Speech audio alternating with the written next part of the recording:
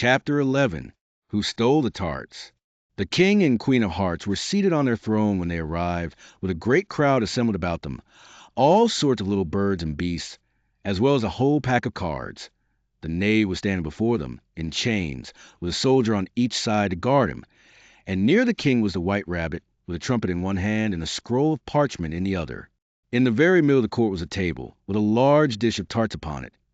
They looked so good that it made Alice quite hungry to look at them. I wish they'd get the trial done, she thought, and hand round the refreshments. But there seemed to be no chance of this, so she began looking at everything about her, to pass away the time. Alice had never been in a court of justice before, but she had read about them in books, and she was quite pleased to find that she knew the name of nearly everything there. "That's the judge," she said to herself, "because of his great wig." The judge, by the way, was the king, and as he wore his crown over the wig, look at the frontispiece if you want to see how he did it. He did not look at all comfortable, and it was certainly not becoming. "And that's the jury box," thought Alice, "and those 12 creatures," she was obliged to say creatures. You see, because some of them were animals and some were birds, "I suppose they're the jurors." She said this last word 2 or 3 times over to herself, being rather proud of it, for she thought, and rightly too, that very few little girls of her age knew the meaning of it at all. However, jurymen would have done just as well. The 12 jurors were all writing very busily on slates. "What are they doing?" Alice whispered to the Griffin. "They can't have anything to put down yet, before the trial's begun."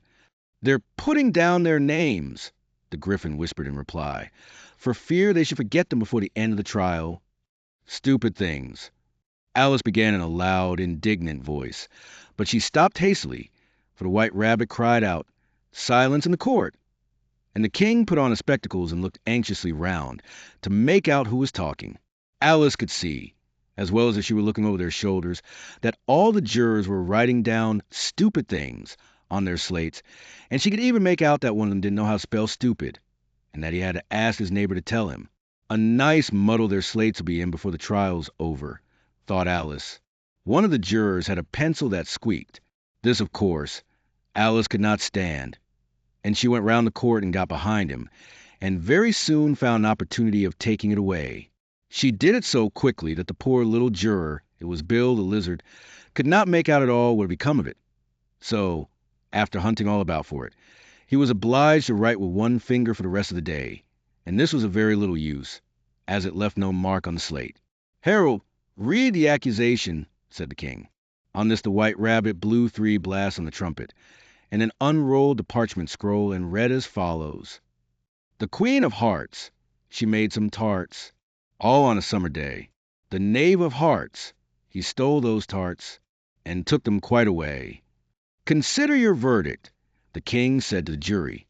"Not yet, not yet," the rabbit hastily interrupted. "There's a great deal to come before that. Call the first witness," said the king, and the white rabbit blew 3 blasts on the trumpet and called out, "First witness." The first witness was the Hatter. He came in with a teacup in one hand and a piece of bread and butter in the other.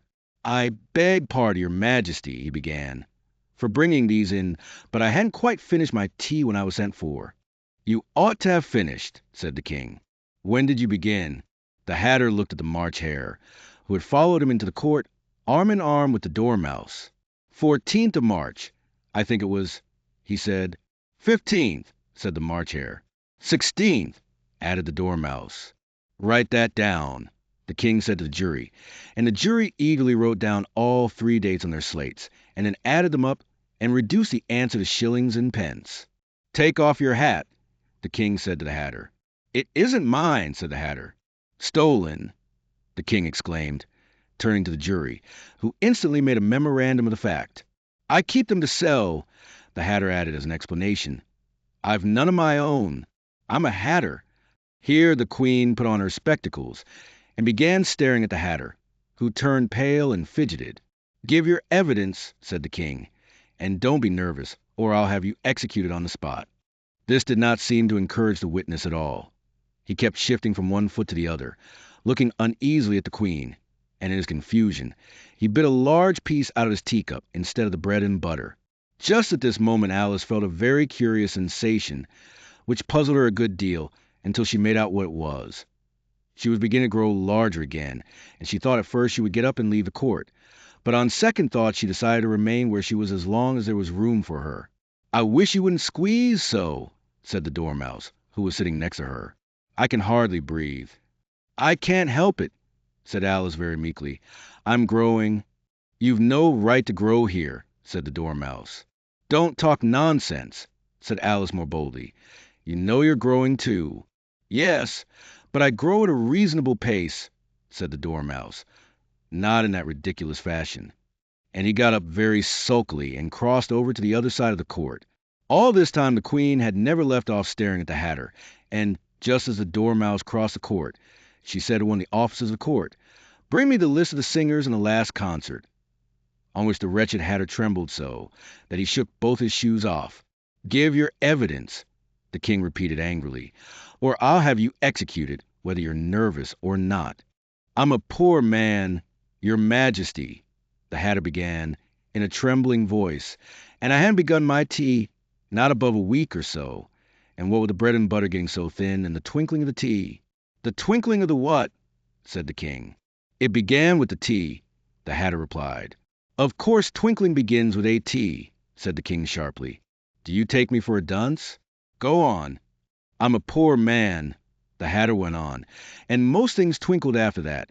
Only the March Hare said—" "I didn't," the March Hare interrupted in a great hurry.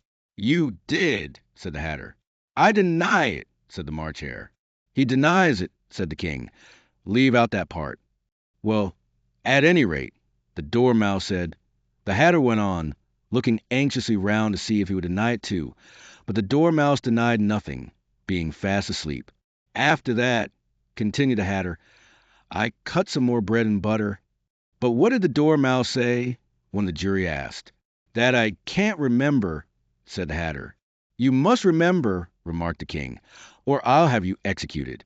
The miserable Hatter dropped his teacup and bread and butter and went down on one knee. "I'm a poor man, Your Majesty," he began. "You're a very poor speaker," said the King. Here one of the guinea pigs cheered, and was immediately suppressed by the officers of the court. As that is rather a hard word, I will just explain to you how it was done. They had a large canvas bag, which tied up at the mouth with strings. Into this they slipped the guinea pig head first and then sat upon it. "I'm glad I've seen that done," thought Alice. "I've so often read in the newspapers at the end of trials. There was some attempt at applause, which was immediately suppressed by the officers of court, and I never understood what it meant till now. If that's all you know about it, you may stand down," continued the King. "I can't go no lower," said the Hatter. "I'm on the floor as it is." "Then you may sit down," the King replied. Here the other guinea pig cheered and was suppressed. "Come, that finished the guinea pigs," thought Alice. "Now we shall get on better." "I'd rather finish my tea," said the Hatter, with an anxious look at the Queen, who was reading the list of singers. "You may go," said the King, and the Hatter hurriedly left the court, without even waiting to put his shoes on. "And just take his head off outside," the Queen added to one of the officers. But the Hatter was out of sight before the officer could get to the door. "Call the next witness," said the King. The next witness was the Duchess's cook. She carried the pepper box in her hand, and Alice guessed who it was, even before she got into the court, by the way the people near the door began sneezing all at once. "Give your evidence," said the King. "Shan't," said the cook. The King looked anxiously at the White Rabbit, who said in a low voice, "Your Majesty must cross-examine this witness." "Well, if I must, I must," the King said, with a melancholy air, and after folding his arms and frowning at the cook till his eyes were nearly out of sight, he said in a deep voice, "What are tarts made of?" "Pepper, mostly," said the cook. "Treacle," said a sleepy voice behind her. "Collar that Dormouse," the Queen shrieked out. "Behead that Dormouse. Turn that Dormouse out of court. Suppress him. Pinch him. Off with his whiskers."